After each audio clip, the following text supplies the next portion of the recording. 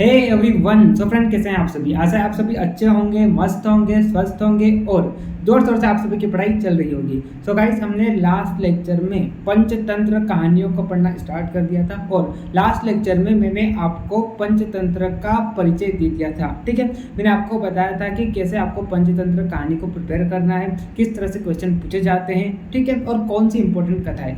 ठीक है, तो आई होप आपने लास्ट वाला लेक्चर देखा होगा। ठीक है, चलिए आज मैं आपको पहली कथा जो कि छपणक कथा उसे मैं पढ़ाने वाला हूँ। ठीक है, ऐसा बोल लो आप, पहली और लास्ट कथा, क्योंकि मैं इस कथा के थ्रू आपको मैं समझा दूंगा कि बाकी की कथाएं आपको कैसे पढ़ना है, कैसे आपको प्रिपेयर करना है।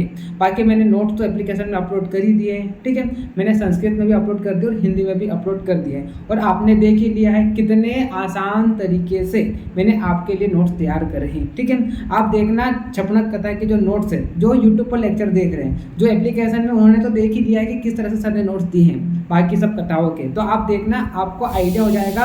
छपणक कथा के थ्रू आपको मैं बता दूंगा कि मैंने कितनी आसान तरीके से नोट्स आप सभी को प्रोवाइड कर रहे हैं। ठीक है, मैंने इतने सिंप्लीफाइड तरीके से नोट्स आपके लिए बनाए हैं ताकि अगर आपसे कोई बोले कि संस्कृत में लिखो तो आप संस्कृत में लिख दोगे। हालांकि संस्कृत में ही लिखना है, लेकिन देखो क्या होता है कि दो तरह के यहाँ पर स्टूडेंट होते हैं। पहले तो वो 80% स्टूडेंट तो वही होते हैं जो संस्कृत में भले पूछता है लेकिन हिंदी में लिख कर आता है। ठीक है, और 20% वो होते हैं जो क्लास के थोड़े टॉपर टाइप होते हैं। मतलब अगर मान लो 50-60 का कोई बेच है तो 4 से 5 ऐसे स्टूडेंट होते हैं जो संस्कृत में पूरा रट मारते हैं पूरी कहानी को। तो अच्छी बात है, वेल एंड गुड है ना। लेकिन मैं उनकी बात कर रहा हूँ जो संस्कृत में याद नहीं कर पाते पूरी स्टोरी को, है ना। तो या तो फिर क्या करते हो, बत्ती देते हैं। मतलब कोई भी वर्ड है तो उसके पीछे बिंदु लगा देंगे, हलत लगा देंगे। तो क्या होता है, एक प्रकार से ऐसा बोल दो कि एग्जामिनर को बेवकूफ़ बनाने का काम करते हैं, है ना।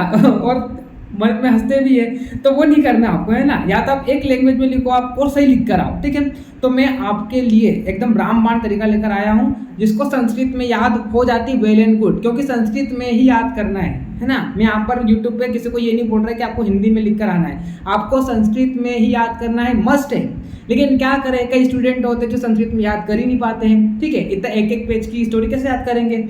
अब मैं भी एक स्टूडेंट रहा हूँ और मेरे को पता है कैसे स्टूडेंट को सामना करना पड़ता है जब वो संस्कृत पढ़ते हैं। तो ठीक है, तो मैं उनके लिए बता रहा हूँ जो हिंदी में लिखकर आएंगे। तो आपके लिए मैं बाकायदा एक प्रस्तावना लेकर आया हूँ, आप देखना अभी आगे हम पढ़ेंगे। उसके बाद में उद्देश्य लेकर आया हूँ, उसके बाद में सारांश लेकर आया हूँ, उसके बाद में शिक्षा लेकर आया हूँ। ठीक है, तो अगर आपसे पूछते हैं कि आप किसी भी कथा का एक सारांश लिखिए, और जो लोग हिंदी में लिख रहे हैं तो सबसे पहले क्या लिखना, प्रस्तावना लिखना। उसके बाद क्या लिखना, उद्देश्य लिखना।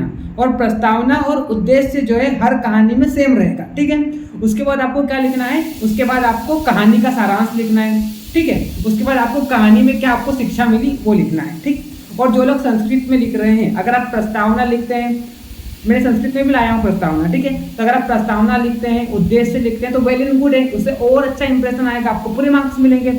लेकिन जो संस्कृत में लिख रहा है और अगर आपके पास मान लो एग्जाम में टाइम नहीं है तो आप डायरेक्ट क्या करना, संस्कृत में सारांश लिखना चालू करना और लास्ट में शिक्षा लिख देना कि उस कहानी से आपको क्या शिक्षा मिली है। ठीक है, तो मैंने आपको क्या बोला, जो हिंदी में लिख रहा है उसको थोड़ा क्या इंप्रेशन जमाना है, तो प्रस्तावना लिखो आप, उद्देश्य लिखो आप, और फिर सारांश लिखो, फिर शिक्षा लिखो। और जो संस्कृत में लिख रहा है उसका तो इंप्रेशन जाएगा ही, क्योंकि बंदे ने पूरा याद किया है पूरा एक पेज। ठीक है, तो ये मैंने पहले आपसे ये बात करनी थी, तो मैंने आपसे बात कर ली है, किस तरह से आपको अटेम्प्ट करना है वो भी मैंने आपको बता दिया है। ठीक है, चलिए तो आज हम क्या पढ़ने वाले हैं, छपणक कथा पढ़ने वाले हैं। और ऐसे ही आपको बाकी सारी कथाओं को पढ़ना है, बाकी सारी कथाओं में प्रस्तावना और उद्देश्य सेम रहेगा। ठीक है, तो चलिए स्टार्ट करते हैं, टाइम को ज़्यादा वेस्ट ना करते हुए। ठीक, छपणक की बात करते हैं तो छपणक का मतलब क्या होता है, छपणक का मतलब होता है जैन साधु, जैन साधु। ठीक, चलिए हम कहानी के थ्रू समझते हैं क्या है ये कहानी। ठीक, चलिए तो उससे पहले हम क्या करते हैं कि जो अपरिचित कारक है उसका हम प्रस्तावना और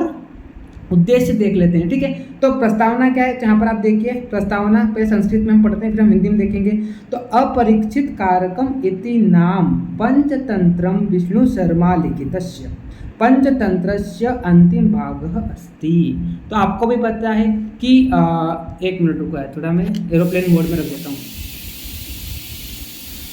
अब क्या कभी कभी मैं भूल जाता हूँ, फिर क्या होता है कभी कभी किसी का कॉल आ जाता है बीच में, तो फिर क्या पूरी मेहनत बर्बाद हो जाती है। ठीक, तो चलिए क्या मैंने बोला, स्टार्ट कर रहे हैं हम क्या, प्रस्तावना। ठीक, तो क्या बोला मैंने, विष्णु शर्मा के द्वारा लिखा गया ग्रंथ है क्या, पंचतंत्र, जिसमें 5 तंत्र है, जिसका अंतिम तंत्र जो है वो क्या है, वो है आपका अपरिचित कारकम। ठीक है, आगे क्या बोला, अस्मिन् लेखकेन मुख्यतया विचारणीयम सुपरीक्षितम च कार्यम कर्तुः नीतेः अपरिबलम दत्तम अस्ति। तो यहाँ पर लेखक ने क्या किया है, यहाँ पर लेखक ने अच्छी प्रकार से विचार करके, अच्छी प्रकार से भली प्रकार से परीक्षा करके कार्य करने का नीति पर बल दिया है। ठीक है, तो यहाँ पर लेखक ने क्या किया है, यहाँ पर लेखक ने अच्छी प्रकार से भली प्रकार से परीक्षा करके विचार करके कोई भी कार्य करने की नीति पर बल दिया है। यह कोऽपि कार्यं सम्यक् न चिंतित्वा सम्यक् न दृष्ट्वा न शृणोति सह न केवलं कार्य सफलतां न प्राप्नोति अपितु अनेक प्राकारस्य क्लेशान् अपि भोक्तुम् अर्हति। और जो लोग बिना सोचे, बिना समझे, बिना जाने, बिना परीक्षा किए कोई भी कार्य करते हैं तो वो असफल तो होते हैं, साथ में उन्हें जो असफलता के कारण जो क्लेश यानी कि जो कष्ट मिलता है उसको भी भोगना पड़ता है। ठीक है, तो आपको जो भी कार्य करना है वो कैसे करना है, अच्छी प्रकार से परीक्षा करके, अच्छी प्रकार से विचार करके, सोच समझ के, सुनकर, देखकर आपको कोई भी कार्य करना है। और यही क्या है, अपरिचित कारक का प्रस्तावना है। ठीक है, चलिए अस्मिन् तंत्रे कुलम, यहाँ पर 15 कथाएं हम बात कर चुके हैं। प्रस्तुते ग्रंथे तासां कथानां सारं तेभ्यः प्राप्ताः पाठाः च वर्णिताः सन्ति। तो यहाँ पर क्या किया गया है, यहाँ पर टोटल 15 कथाएं हैं और हर कथाओं का सार और शिक्षा आगे बताया गया है। ठीक है, तो देखिए आप यहाँ पर हिंदी में क्या लिखा, वही चीज़ जो संस्कृत में लिखी हुई है उसको मैंने हिंदी में अनुवाद किया है और कुछ नहीं है। देखिए आप यहाँ पर अपरिचित कारक नामक पंचतंत्र विष्णु शर्मा द्वारा रचित पंचतंत्र का अंतिम भाग है। इसमें ग्रंथकार ने मुख्यतः विचार पूर्वक अच्छी तरह परीक्षा किए हुए कार्य करने की नीति पर बल दिया है। बिना भली भांति विचार किए एवं बिना अच्छी तरह से देखे सुने किसी कार्य को करने वाले व्यक्ति को कार्य में सफलता नहीं मिलती है, सफलता तो नहीं मिलती है, साथ ही अनेक प्रकार के कष्टों को भी भोगना पड़ता है। ठीक है, यहाँ पर क्या बोला कि जो व्यक्ति अगर बिना सोचे, बिना समझे, बिना परीक्षा किए कोई कार्य करता है तो उसे कार्य में असफलता तो मिलती है, साथ में उससे जो भी कष्ट मिलते हैं उनको भी भोगना पड़ता है। ठीक है, तो इस तंत्र में यहाँ पर कुल 15 ग्रंथ कथाएं हैं और प्रस्तुत पाठ के अंतर्गत उन कथाओं का सार और उनसे प्राप्त होने वाली शिक्षाओं का विवरण मिलेगा। ठीक है, चलिए ये क्या हो गया, प्रस्तावना हो गया। अब हम क्या बात करते हैं, इसका उद्देश्य क्या है। अपरिचित कारक, मान लो आपसे पूछ लेता एग्जाम में कि अपरिचित कारक का उद्देश्य क्या है, तो उद्देश्य क्या है, छात्राणां भिन्न स्थितानां अनुकूल मानव व्यवहारस्य परिचय करने। छात्रों को विभिन्न प्रकार की स्थितियों के अनुकूल मानव व्यवहार से क्या कराना, परिचित कराना, है ना। नीति संबंध ज्ञानस्य विषये छात्रान् अवगतम कर्तुम। तो छात्रों को नीति संबंध ज्ञान के विषय से क्या कराना, अवगत कराना। दूसरा उद्देश्य ये।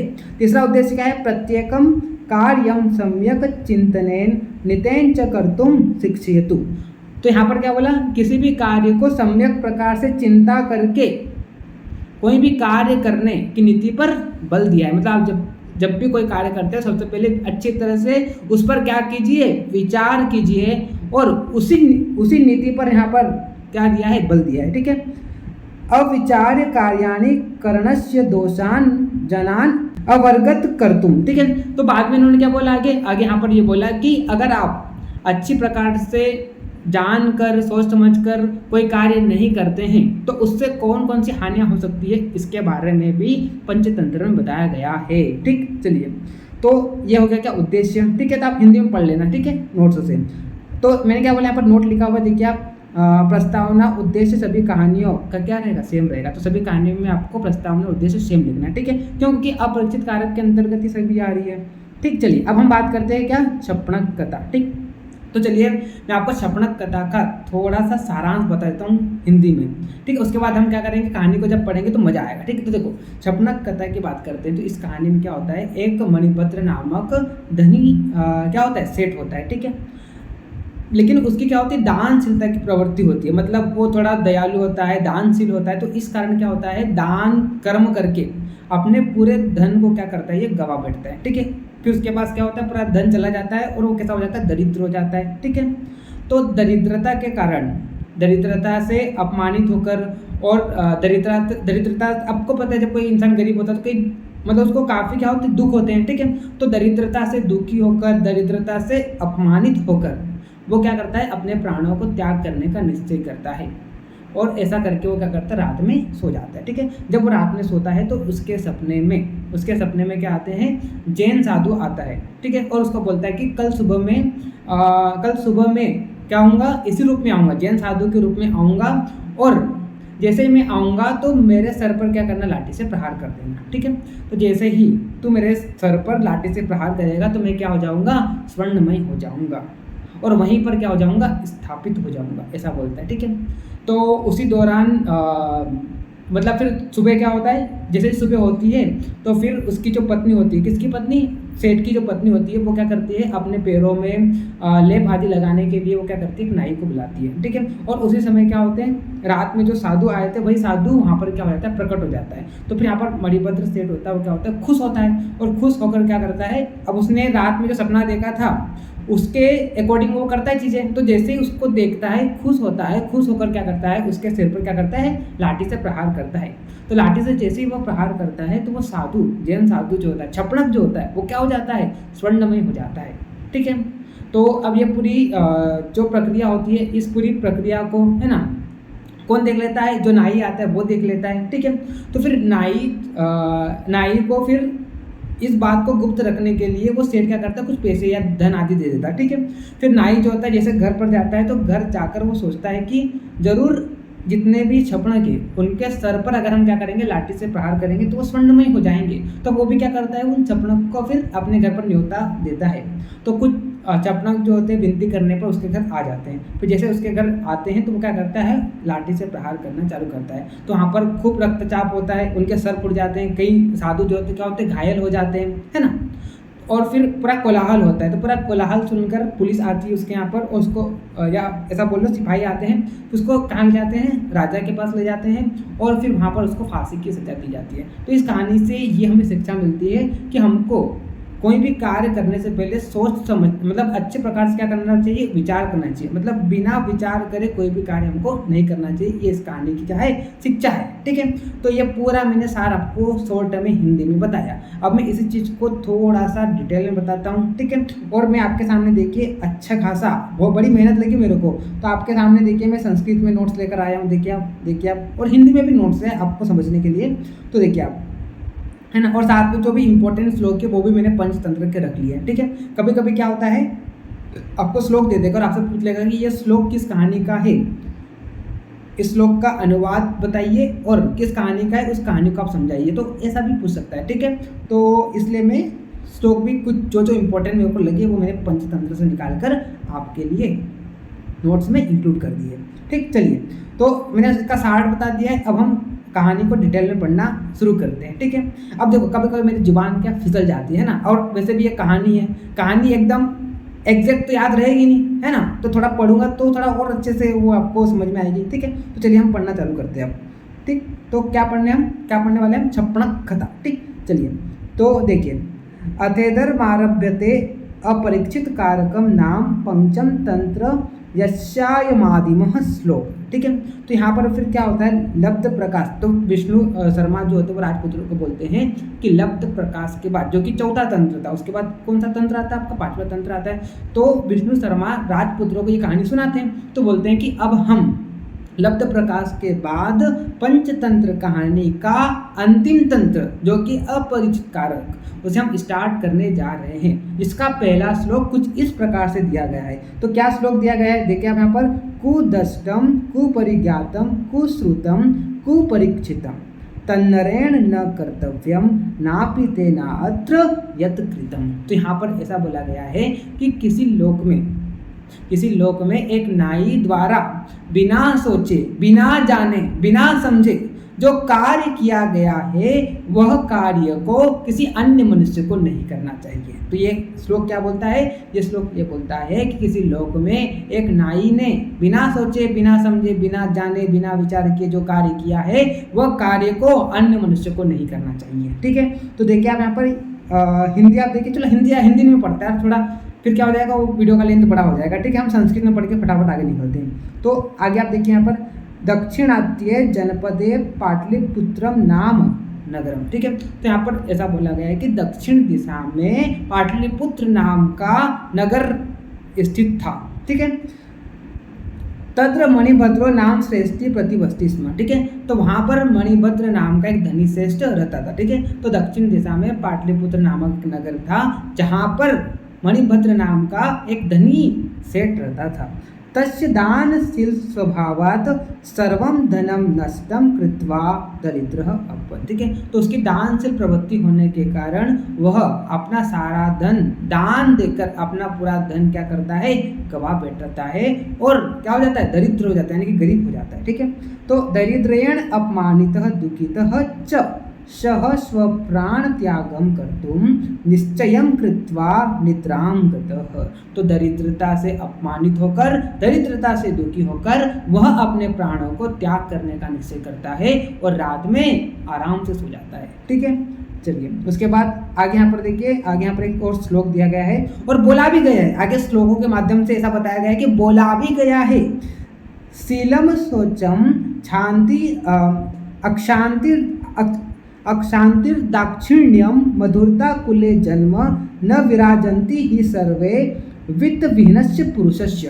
तो अब आगे यहाँ पर श्लोकों के माध्यम से बताया गया है कि बोला भी गया है, क्या बोला गया है कि दया है ना, दया, उत्तम स्वभाव, पवित्रता, क्षमा, सरलता एवं उत्तम कुल में जन्म होना, ये सभी गुण दरिद्र पुरुष में विराजमान होने पर भी उसकी कीर्ति बढ़ाने में सक्षम नहीं है। ठीक है, तो जो दरिद्र पुरुष जो होता है उसके पास दया का भी भाव होता है, उत्तम स्वभाव भी होता है, पवित्र भी होता है, क्षमा का भाव होता है, सरल होता है, उत्तम कुल में जन्म होने के बाद भी अगर उसके पास क्या हो, धन नहीं हो, अगर उसके पास क्या हो, धन नहीं हो, तो जितनी भी चीज़ें हैं ये सारी चीज़ें उसकी कीर्ति बढ़ाने में सक्षम नहीं है।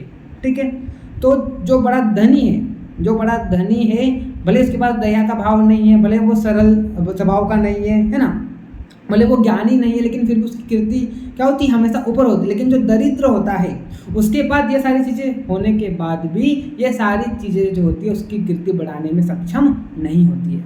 और ये सच्चाई है, आपको पता है, जिसके पास पैसा है उसका ही नाम चलता है। ठीक है, तो आगे आप देखिए यहाँ पर आगे क्या बोला, आगे यहाँ पर श्लोक में दिया गया है, गगनमिव नष्ट तारम शुष्कमिव सरह शमशानमिव रौद्रम प्रिय दर्शनमपि रुक्षम भवति गृहम धन वीरस्य। तो यहाँ पर क्या बोला, कुलीन एवं विद्यावान होकर भी सत्पुरुष निर्धन होने के कारण इस संसार में उसी प्रकार नगण्य होता है जिस प्रकार पानी का बुलबुला जल में उत्पन्न होकर सर्वदा नष्ट होने के कारण नगण्य हो जाता है। तो यहाँ पर ऐसा बोला कि भले कोई व्यक्ति कैसा है, अच्छे कुल में पैदा हुआ हो या विद्यावान, भले वो विद्यावान हो, ज्ञानी हो, लेकिन अगर वो मान लो क्या है, अगर मान लो वो दरिद्र है, अगर मान लो वो गरीब है, तो उसी प्रकार से नगण्य होता है जिस प्रकार से पानी में बुलबुला उठकर क्या हो जाता है, नष्ट हो जाता है।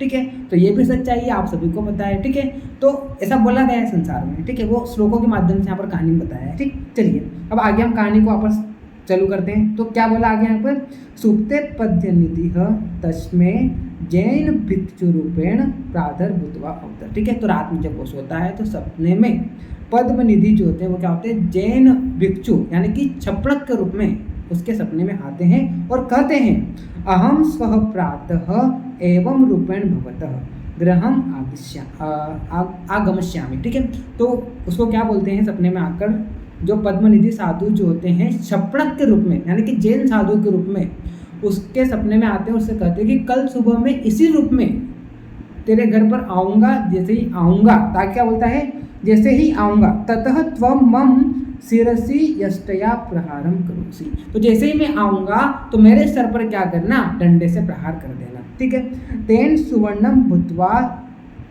तव गृहे अक्षय निधित्वेन प्रतिष्ठापयामि। तो जैसे ही तू मेरे डंडे पर क्या करेगा, प्रहार करेगा, तो मैं स्वर्णमय होकर वहीं पर मूर्ति के समान क्या हो जाऊंगा, स्थापित हो जाऊंगा। ठीक है, प्रातः जागरणांतरम सह रात्रो दृष्टस्य स्वप्नस्य सत्यतां चिंतयन् आसीत् यदा तस्य पादो पादौ महावर इत्यादिनी लेपयितुं तस्य पत्नी नेय्यम् आहूतवती। ठीक है, तो यहाँ पर क्या बोला, प्रातः काल जगकर प्रातः जागरणानन्तरं सह रात्रौ दृष्टस्य स्वप्नस्य सत्यतां चिन्तयन् आसीत्। यदा तस्य पादौ महावर इत्यादिनी लेपयितुं तस्य पत्नी नेय्यम् आहूतवती। तो क्या होता है, रात में जब वो जो उसने सपना देखा था उसके बारे में सुबह उठकर क्या करता है, वो विचार करता है और विचार करता है। ठीक है, और मतलब उस जो उसने रात में सपना देखा था उस पर क्या करता है, वो विचार करता है। और उसी समय क्या होता है, फिर उसकी जो पत्नी होती है अपने पैरों में महावर और लेप आदि लगाने के लिए वो क्या करती है, नाई को बुलाती है। ठीक है, और उसी समय क्या होता है, वो छपनक साधु भी वहाँ पर आ जाता है। आगे यहाँ पर बताया गया है, देखिए तस्मिन एव, आगे क्या बोले देखो, तस्मिन एव काले सह छपनक अपि तत्र प्रादुर्भूत। ठीक है, तो यहाँ पर ऐसा बोला गया है कि रात में जो सपना देखता है तो उस पर क्या करता है, विचार करता है सुबह उठकर कि क्या ये सपना सत्य है ना, और ऐसा विचार करता रहता है। और उसी समय क्या होता है कि उसकी जो पत्नी जो होती है क्या करती है, एक नाई को बुलाती है अपने पैरों में लेप आदि लगाने के लिए। ठीक है, तो जैसे ही वो नाई को बुलाती है उसी समय क्या होता है, जो उसने रात में सपना देखा था, सपने में कौन आए थे, पद्मनिधि आए थे, क्या बनकर, जैन साधु बनकर, और उसको बोला था कि मैं कल सुबह इसी रूप में आऊँगा। तो जैसे ही वो नाई आता है तो उसी समय ये जो छपनक साधु होते वो भी क्या होते हैं, प्रकट हो जाते हैं वहाँ पर। ठीक है, तम दृष्ट्वा मणिभद्र प्रसन्न संजस्तया मस्तिष्के प्रहारम कृतवान। ठीक है, तो जैसे ही क्या करता है, मणिभद्र जो होता है वो जैन साधु को देखता है तो फिर क्या करता है, उसके सिर पर क्या करता है, प्रहार करता है डंडे से। ठीक है, यस्तया आहत मात्रेण साधु सुवर्णम भूमौ पतितः। ठीक है, तो जैसे ही वो डंडे से प्रहार करता है सर पर, तो वो जो जैन साधु होता है वो क्या होता है, भूमि पर गिरकर स्वर्णमय होकर क्या होता है, भूमि पर गिर जाता है। ठीक है, यदा नाही एतत् सर्व दृष्टवान तदा से तस्मै धनादि दानेन एतानि वृतान्तः गोपनीयम कर्तुम पृष्टवान। ठीक है, तो अब ये पूरी घटनाक्रम को कौन देख लेता है, नाई देख लेता है। ठीक है, तो इस बात को गुप्त रखने के लिए फिर मणिभद्र जो होता है वो क्या होता है, उसे थोड़ा सा धन आदि देकर उसे भेज देता है। ठीक, अब आगे देखिए यहाँ पर, तो देखिए हम अब हिंदी में आप पढ़ लेना। ठीक है, अब एतां घटनां दृष्ट्वा नाईह गृहं गत्वा चिंत्यति स्म यत् अवश्यमेव एते सर्वे जैन भिक्षव शिरसि आहतः चेत सुवर्ण रूपेण परिणमंती इति। ठीक है, तो फिर वो घर जाता है, घर जाकर फिर विचार करता है कि अवश्य ही जितने भी छपनक साधु है उनके सर पर अगर हम क्या करते हैं, डंडे से प्रहार करेंगे तो वो क्या हो जाते हैं, स्वर्णमय हो जाते हैं। ठीक है, तो अतः यदि अहम स्वः प्रातः गृहे सर्वान् साधून् आहूय यस्तया शिरसि प्रहारं करोमि तर्हि अपि बहु सुवर्णम संग्रहिष्यामि। ठीक है, तो फिर वो बोलता है कि क्यों ना मैं भी उनको अपने घर पर कल आमंत्रित करूं और उनके सर पर क्या करूं, डंडे से प्रहार करूं, तो मैं भी क्या हो जाऊंगा, स्वर्णमयी हो जाऊंगा। ठीक है, ततः सह छपनक आश्रम गत्वा स्वगृहम आमंत्रितवान। ठीक है, क्या हुआ, आमंत्रितवान। ठीक है, तो फिर वो क्या होता है, आश्रम में जाता है छपनकों के और फिर उनको क्या करता है, वो अपने घर पर आने के लिए आमंत्रित करता है। ठीक है, बहु प्रार्थनांतरम केचन छपनक तस्य गृहम आगत। तो कई प्रार्थना करने के बाद, बहुत मतलब विनती करने के बाद क्या होता है, कई छपनक जो होते हैं उसके घर पर आ जाते हैं। ततः सह यस्तया शिरः प्रहारम कर्तुम आरब्धवान। तो जैसे आते हैं तो वो क्या करता है, उनके सिर पर क्या करता है, लाठी से प्रहार करना शुरू कर देता है। ते अपि ताड़या मना एके व्रताः अन्ये भिन्न मस्तकाः फुत कर्तु मुझ क्रमीरे। ठीक है, तो यहाँ पर जैसे वो प्रहार करता है तो कई छपनक साधुओं के सिर फट जाता है, कहीं घायल हो जाते हैं और इस तरह से यहाँ पर अधिक क्या हो जाता है, कोलाहल मच जाता है। ठीक है, रक्तचाप और कोलाहल मच जाता है। ठीक, वहाँ पर तो देखिए आप यहाँ पर एक श्लोक दिया गया है, यह साधु के इसमें दिया गया, देखिए यहाँ पर जिर्यन्ते जिर्यतः केशाम दंता जिर्यन्ति जिर्यतः चक्षुम श्रोत्रे च जिर्यते तृष्णे का तरुणायते। ठीक है, तो यहाँ पर ऐसा बताया गया है कि वृद्ध अवस्था को प्राप्त मनुष्य के केस पक जाते हैं, दांत टूट जाते हैं और हिलने लगते हैं, चक्षुओं और कानों की शक्ति भी क्या होती है, कम हो जाती है, लेकिन उसकी जो लालसा यानी कि जो लालच होती है वो कभी भी क्या होती है, कम नहीं होती है। ठीक है, दिनों दिन क्या होती है, तरुणावस्था को प्राप्त होती है, मतलब कभी कम नहीं होती और दिनों दिन क्या होती है, लालच और बढ़ती जाती है। तो यहाँ पर साधु के पक्ष में यहाँ पर बताया गया है कि जैसे ही